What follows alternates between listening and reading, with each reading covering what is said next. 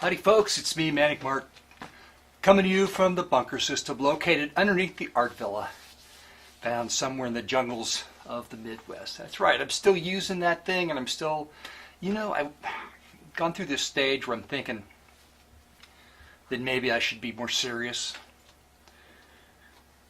Maybe I just feel more serious. Not that I should be more serious, but I just feel more serious, so...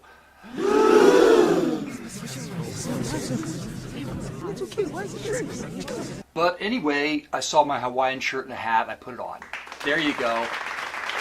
I just can't so I'm here today with, because I'm thinking, here's the thing, I'm thinking that people that watch videos, they want the real person. And how do they know? With the sunglasses and the hat and the shirt and the process of what I don't know. You see, that just says that I have no idea really who I am. They want to watch people that think they know who they are, but really don't have any idea other than the other way around. You see what I'm saying? I'm never going to be able to do that because this is actually who I am, who I think I am, which is I really don't know. But basically I like to paint and be funny and be happy. Like most of us, we just want to be happy. And some of us like go fishing. Some of us watch football. Some of us wear a hat with a doll screwed to the front of it and talk about artwork. And the other thing, being serious, look at what I do. How can I sit here and hold this up and be serious about it? It would be, I always talk about contrast. I guess that would be... that would probably be a good contrast, right?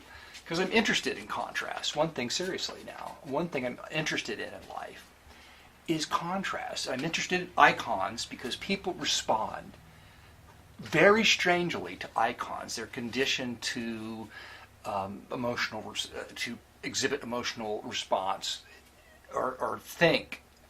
Whenever you show them something, they come up with some idea of what it is in their head, and it may not have anything to do with what's in your head, right? So the icons are a very interesting thing, and contrasts to the idea that icons generate interest me.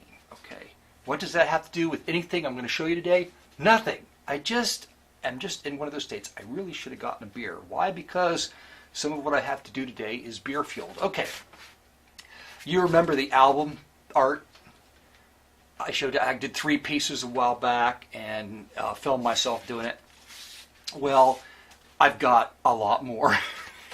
A giant stack of LPs that I bought. I don't know what I look for, but I see a cover or I think there could be something in it. I'll buy the LP and I get home and there's 3 things that can happen. 1, there's nothing in it. The music's not really good, in my opinion, or horribly bad good, in my opinion.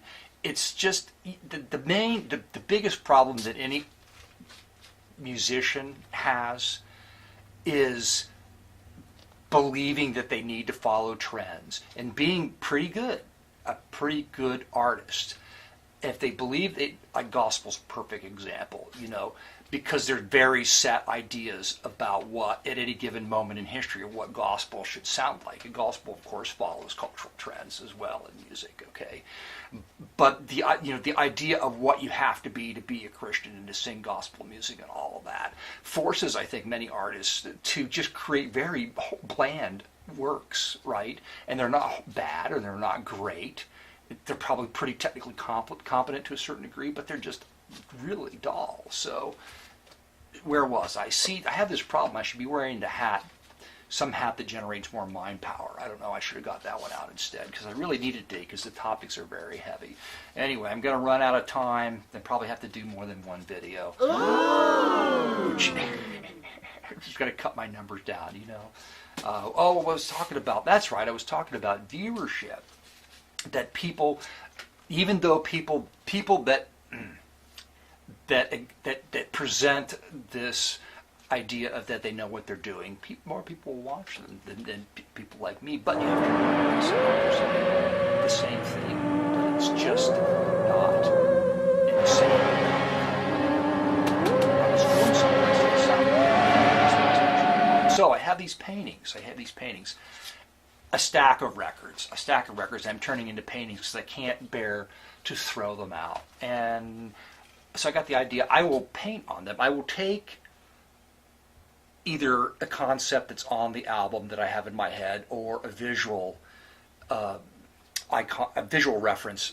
I will leave something from the cover as a part of the artwork and paint a concept around it. And I apply these frames, and so you can hang them on the wall. They're pretty sturdy. And the record, except for a few instances where I don't actually have the records are sealed inside, right? You can't get the record out. But it's there. So historically, 200 years from now, somebody's going to want to pull this record out and say, oh, that would have been worth a lot more if he had not painted on the cover. Didn't he learn anything from the Antique Roadshow back in the 2000s? Not to screw up things, right? Okay, well, I didn't polish it with a wire brush, but I applied paint to it. This series is called Vinyl and Acrylic. There you go. Why? Because I paint with acrylic. Okay, there you go. And so it's just a series. And I think, well, I'm thinking, do I need to explain all this? You're so funny.